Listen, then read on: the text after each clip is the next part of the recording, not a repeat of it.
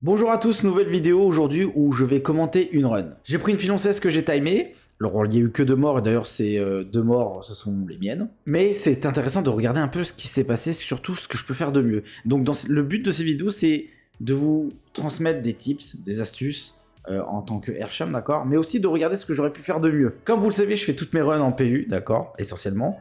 Pour cette run-là, c'est Kyr, un streamer tank incroyable. Il est très très fort, je vous le mets en description.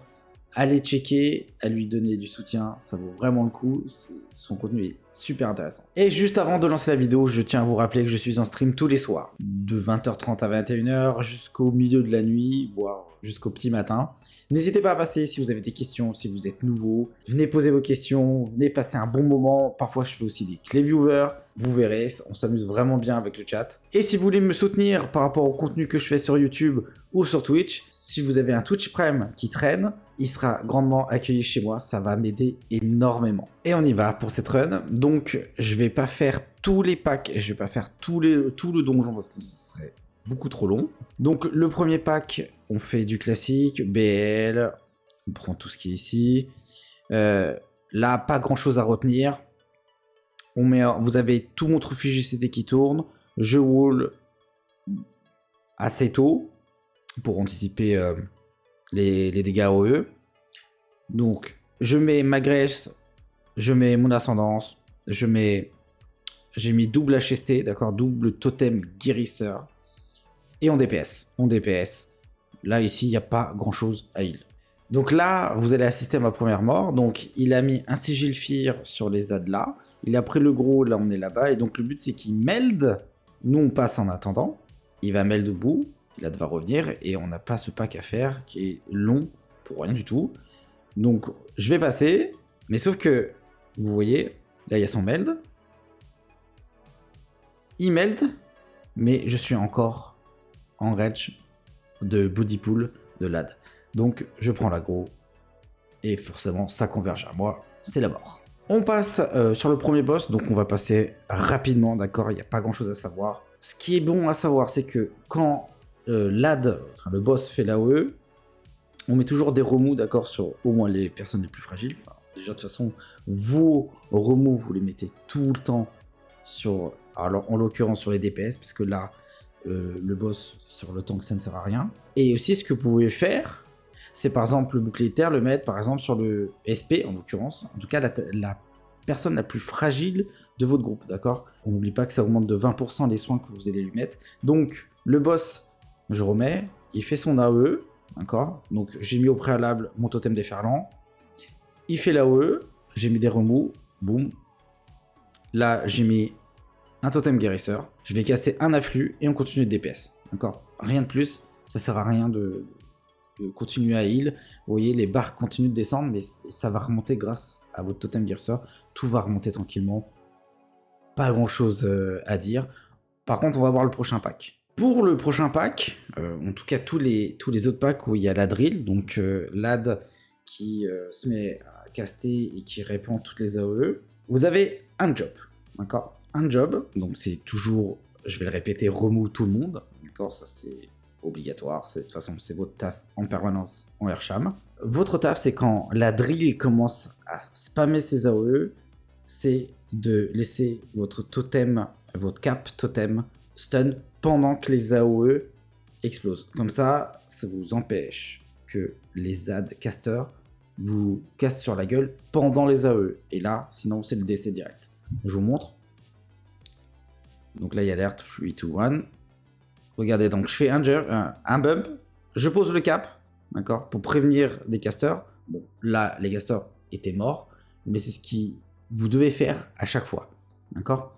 À chaque drill, alors vous n'avez pas un cap à chaque fois, vous en avez un sur deux à chaque fois qu'ils castent, mais vous devez mettre un cap totem quand il y a les casters accompagnés de la drill, sinon ça va être, vous allez sûrement perdre quelqu'un. Autre petit tips en Airsham, moi ce que je vous conseille, c'est donc de bien traquer tout ce qui est kick et CC du groupe. Moi ce que je conseille, c'est toujours d'attendre un peu de kick au dernier moment, d'accord. Le but n'est pas de overlap et que tout le monde kick un truc en même temps, d'accord. Donc là il y a 3 casters, là évidemment ces casters faut bien les kick, vous voyez, pour celui du milieu j'ai attendu, point de kick. Je vous remets. Regardez, là je vais prendre le milieu. Hop, boom, kick. Le groupe est franchement tourné super bien, ce groupe-là. Mais ça va vous arriver d'overlap, bien entendu. Mais c'est pour ça, donc, essayez de garder votre kick au dernier instant, quand vous n'êtes pas en vocal. Votre kick, votre bump, votre stun. Essayez de voir et apprenez de votre groupe. Vous allez voir très vite si c'est des gros kickers ou si ça slack beaucoup sur les kicks. Autre conseil pour ce pack-là, essentiellement restez en mono-target sur lui. D'accord, pas besoin de faire des chaînes d'éclairs. Vous kickez, vous stunnez, vous bumpez les casters. Ils vont mourir naturellement par cleave. Moi, ce que je vous conseille, c'est... je fais des chaînes d'éclairs, mais restez en mono sur cette target.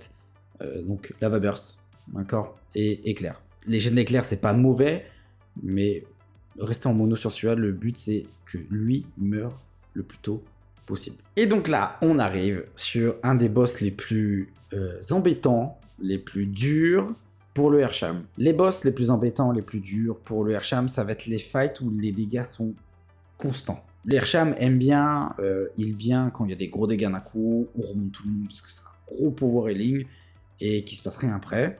Ici, c'est un fight qui est long, qui est très usant et qui coûte beaucoup pour la mana. Donc là, c'est un boss où il va falloir être intelligent sur sa mana. Je l'ai répété tout à l'heure que le Airsham, ce qu'il aime, c'est les combos mêlés parce que c'est beaucoup déjà plus facile à heal. Quand il a un SP et un Boomy, par exemple, ça prend beaucoup plus cher. Et donc, nous sommes littéralement les pieds dans le sol parce qu'on caste beaucoup. On va voir un peu comment j'ai géré ce fight, en fait. Donc, c'est un boss ABL, évidemment. Donc, je Riptide, vous voyez, je remous vraiment mes personnes les plus fragiles. Là, comme sur le premier boss, j'aurais pu mettre le bouclier terre sur le SP. Ça aurait été beaucoup plus rentable. Et aussi, je sais à l'avance que j'ai fait de mal. Donc là, je fais beaucoup d'afflux. Mais aussi, un autre tips, vous pouvez faire la vague de soins. Le combo, c'est faire remous. Le remous vous donne 2 procs de raz-de-marée. Et donc, ce qui vous permet de, sur l'afflux, 30% de chance, de crit. Mais sur un fight comme ça, c'est un peu plus intéressant de faire des vagues de soins de temps en temps. D'accord, parce que la vague de soins, déjà, va économiser, coûte moins de mana. Et ce qui va rendre le fight un peu plus supportable, d'accord. Mais il faut bien anticiper ces castes, parce que c'est des castes assez longs. Donc, n'attendez pas qu'ils soient low HP pour remonter. D'accord, sinon, ça sera trop dur. Le but du Airsham, c'est de tenir les barres de vie hautes, mais d'anticiper les castes. D'accord. Donc là, il y a eu le premier stomp du boss. Là, c'est la phase calme. J'ai pré-remou tout le monde. J'ai le vif d'air qui est appliqué sur tout le monde. Et là, c'est reparti. Donc j'ai mis une salve de guérison. Un peu nul cette salve-là. Je vous le cache pas. Surtout, en fait, là, j'ai mis une salve de guérison. Mais le but, c'est de faire salve de guérison accompagné d'un totem guérisseur. Ça va vous faire proc eau coalescente et ça veut dire que votre prochain remous, si j'avais fait ça, mon prochain remous est sous stéroïde. Et donc, c'est ici, crit, c'est comme une impôt. J'aurais dû faire ça. Vous voyez, je m'aperçois que ça a été mal géré de ma part. Donc, on continue. On envoie ces procs de lava burst dès qu'on peut. Là, je pense que je vais mettre bientôt mon totem. Voilà, peut-être un déferlant. Donc là, je fais une erreur, c'est que je cite trop mon totem guérisseur. Ne faites pas cette erreur-là. Soyez généreux avec, vraiment. Mettez-le. Quand vous appliquez en plus vos totems déferlants, juste après, il y a les buffs. Les buffs, je vous invite à voir le guide du Airsham. Mais votre prochain totem guérisseur va appliquer vif terre sur tout le monde. Faut en abuser. Là, je cite beaucoup trop le totem guérisseur. Donc là, pareil, le stomp du boss. Là, ça, vous voyez, c'est ce genre de healing que le Airsham aime beaucoup. Et là, c'est reparti. On va repartir dans l'autre phase. Donc, dès que vous avez rien à faire, on DPS automatiquement. Et on repart sur la phase où il reprend de chair. Donc là, je fais afflux.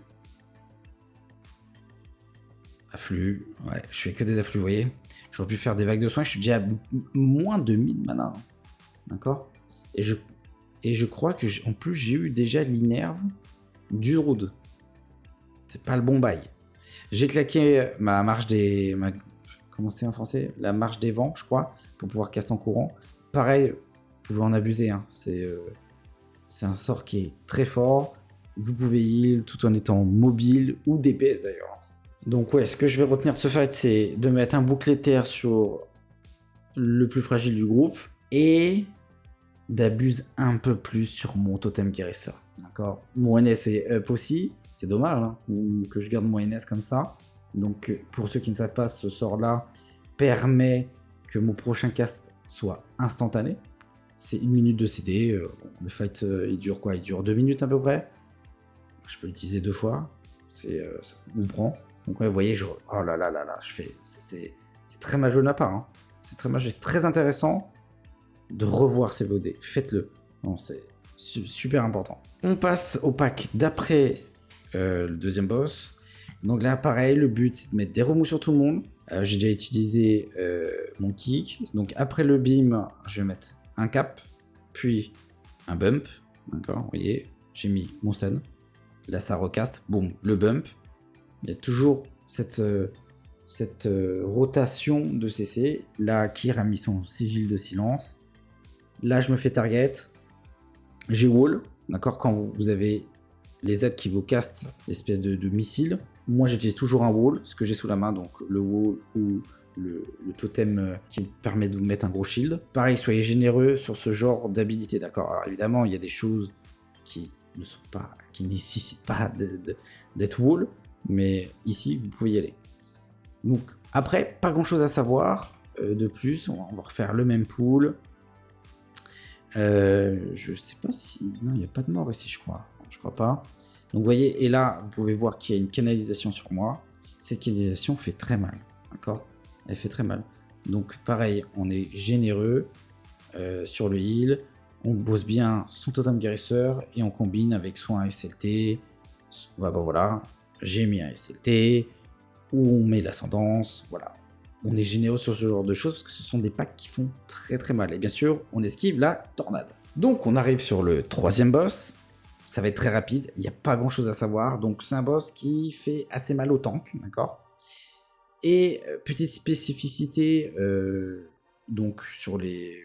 Si vous allez faire des plus 16, à partir de ce genre de niveau de clé, on fait donc la machine plus le boss, d'accord, pour gagner du temps sur la run. La machine va se faire clear avec tout le groupe. Donc, on gagne du temps, d'accord, de faire boss plus machine. Alors, ça va être très soutenu au heal, d'accord. Donc là, on envoie parce qu'il n'y a rien d'autre à heal. Ce boss, il n'y a rien à heal. À part cette phase-là. Et donc, on lâche ses CD. Vous voyez, là, il y a une darkness qui a été mise. N'hésitez pas à call si vous avez besoin d'une darkness, d'une AMZ, d'un CD quelconque, d'un external pour vous aider à heal, d'accord. Généralement, les gens vous aident beaucoup avec ce genre de mécanique. Voilà, là, la MZ. Malheureusement, j'ai appuyé sur le SLT en même temps. Ça fait double CD envoyé. Mais faut pas avoir peur de ce genre de pool. Parce que si vous faites votre rota, on pousse son déferlant. Voilà, là où il se lance. Et ben je claque l'HTT. Voilà, tout simplement, le giboulé. Je continue de DPS. Voilà. Là, j'ai plus un coup c'est le SLT, un coup c'est l'ascendance. Peu importe si vous mettez l'ascendance en premier sur la première AOE, peu importe. En tous les cas, mettez un CD. Tout simplement. Et ça va se passer très très bien.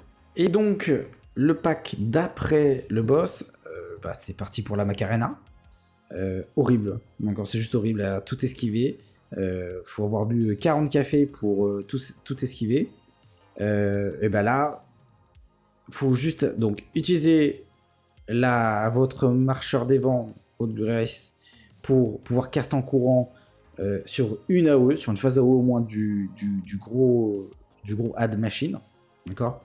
N'hésitez pas. On replace tout le temps son déferlant comme on peut, je dis bien comme on peut, et on se met toujours, quand vous êtes target par une mine, vous laissez la mine derrière et vous allez de l'autre côté du boss. Pour que la mine vienne et traverse l'AD, là où tout le monde DPS. Vous n'allez pas vous isoler, par exemple, ici, avec moi la mine là, ça sert à rien. Faites-la traverser, comme ça elle va se faire cleave par les DPS.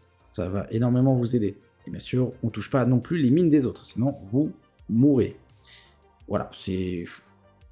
Voilà, et là je meurs. je meurs du bleed parce que j'ai une mine qui m'a explosé à côté. Et j'avoue que ça m'a un peu surpris, j'étais un petit peu dépassé par les événements. Et donc là, on est parti pour le skip. Donc Kyr a pris les ZAD, les a emmenés tout au fond du boss. Nous, on passe très vite. Et Immeld. Les deux ZAD là sont extrêmement durs, ils font extrêmement mal, d'accord. En haute clé, c'est pas, ça se fait, mais c'est un peu du suicide parce que ça peut mal se passer. Là, la route de Kyr, elle est vraiment pixel, ça se fait super bien. Il a Meld là-bas au bout, ils reviennent à leur place et on est parti pour le boss. On est parti, donc pareil, il y a pas grand-chose à heal. Donc quand quelqu'un est focus par le missile, on met le bouclier de terre sur lui. Alors j'ai pas mis de remous, vous voyez, erreur, j'ai pas mis de remous. On met bouclier terre, on met le remous avant qu'il se fasse hit par le missile, et après vous êtes tranquille pour lui faire un afflux ou deux, mais voilà, ça suffit largement, d'accord. Pareil, je pourrais mettre un petit totem guérisseur pour le fun, mais voilà. Donc, ce boss n'est pas dur. Faut juste respecter la mécanique. Donc on avance au moment où il y a les ZAD. Donc là, c'est le moment où vous avez besoin de burst très fort heal, d'accord. Donc on repère qui se fait cast dessus. Vous voyez, moi à chaque fois ça me dit qui se fait cast dessus par les ZAD. On repère, vous voyez, j'ai donné un petit coup d'œil de caméra pour repérer où sont les poteaux à être écrasés par le boss. On repère, on utilise la MZ, d'accord, et on y va sur l'huile. Et on est généreux sur les CD, d'accord. Là, j'avais claqué l'ascendance. Là, c'est un autre proc ascendance. J'ai claqué ma Grace, vous voyez, pour pouvoir caster. Au cas où je me fais focus, 2 fois je me fais focus par le boss. Et on y va. On full cast, pareil. On met des remous sur tout le monde. Remous. Et on appuie sur Totem Guérisseur, sur le Totem des Marées. Enfin, on utilise tout. Et on repère bien qui se fait cast dessus, c'est très important, d'accord. Là, le druide, pareil, rebelote, bouclier de terre, je lui mets un afflux, toujours pareil, hein, je fais la même erreur, je n'ai pas mis de remous. Retenez bien ça, hein, ça c'est une erreur. Remous, bouclier de terre, boum, le missile se fait toucher, enfin se fait exploser sur lui, et là on remonte à l'afflux. Là, regardez, à savoir, hein, je vais au sens contraire, vous voyez, au sens contraire du cône. On prend des dégâts, mais on ne meurt pas. D'accord, faut pas flipper, mais surtout aller dans le sens contraire, parce que moins de temps vous allez passer dedans, moins de temps vous prendrez des dégâts. Et c'est le seul tips, donc faut pas flipper. Vous voyez, bon là, j'ai bien fait, j'ai bien mis un remous, un bouclier de terre sur le druide. Puis voilà, là c'est en boucle, hein, jusqu'à la fin. Voilà. Il n'y a pas grand chose à savoir. On se déplace bien avec le tank si le tank se déplace, ou soit on joue au safe spot, qui est là-bas, qui est ici le safe spot, mais je vous le déconseille après que les ZAD soient morts et que les poteaux soient écrasés. Jouer au safe spot, c'est pas forcément bon bail, parce qu'il y a beaucoup d'overlap de cône plus AOE, il y a des gens qui flippent, qui courent partout, ils se bouffent une AOE, là par contre l'AOE au sol, là, c'est one shot. Donc la run est terminée, c'est une run qui s'est bien passée. C'est un donjon assez facile, Motherlode. On va retenir que je n'ai pas assez mis de bouclier terre sur les personnes les plus fragiles, typiquement sur le deuxième boss, là où ça aurait été vraiment très, très impactant de le faire. Pas assez de totem guérisseur. Je vais vraiment me focus sur ça, surtout parce qu'il faut bien retenir que ça applique, en plus, on peut le mettre avant les dégâts, le totem guérisseur. Dès que vous appuyez dessus, ça va être la salve, donc ça va donner de l'huile, mais ça va donner aussi le buff vive terre. C'est aussi bien pour prémunir les dégâts qui vont arriver. Et on peut rappuyer dessus, on peut mettre un double totem guérisseur. Donc ça, vous en avez un qui avait déjà au préalable appliqué vive terre, et le deuxième qui va soutenir le heal. Et là, les mecs, vous les tenez vraiment très facilement. Le groupe, il tient très très très facilement. Donc voilà, mes axes d'amélioration sont là. Je vous invite à faire pareil, d'accord. Faites pareil, analysez, regardez ce que vous pouvez faire de mieux, que ce soit de façon tank, DPS, heal. Très important de revoir ce que vous pouvez améliorer. On peut toujours s'améliorer. Voilà, la vidéo touche à sa fin, donc j'espère que vous avez appris des choses sur les mécaniques de Motherlode. Vous n'avez pas tout le détail sur le healing, d'accord, mais vous avez déjà une grosse partie avec cette vidéo, mais si vous voulez d'autres détails, j'ai d'autres runs, d'autres VOD sur ma chaîne. Et surtout, surtout, venez en live. En direct, vous pouvez me poser vos questions si vous avez des doutes sur tel ou tel pack. Moi, je vous explique, ce sera avec un vrai plaisir que je fasse la même chose de cette vidéo, mais en live. Et c'est ce que je fais très souvent.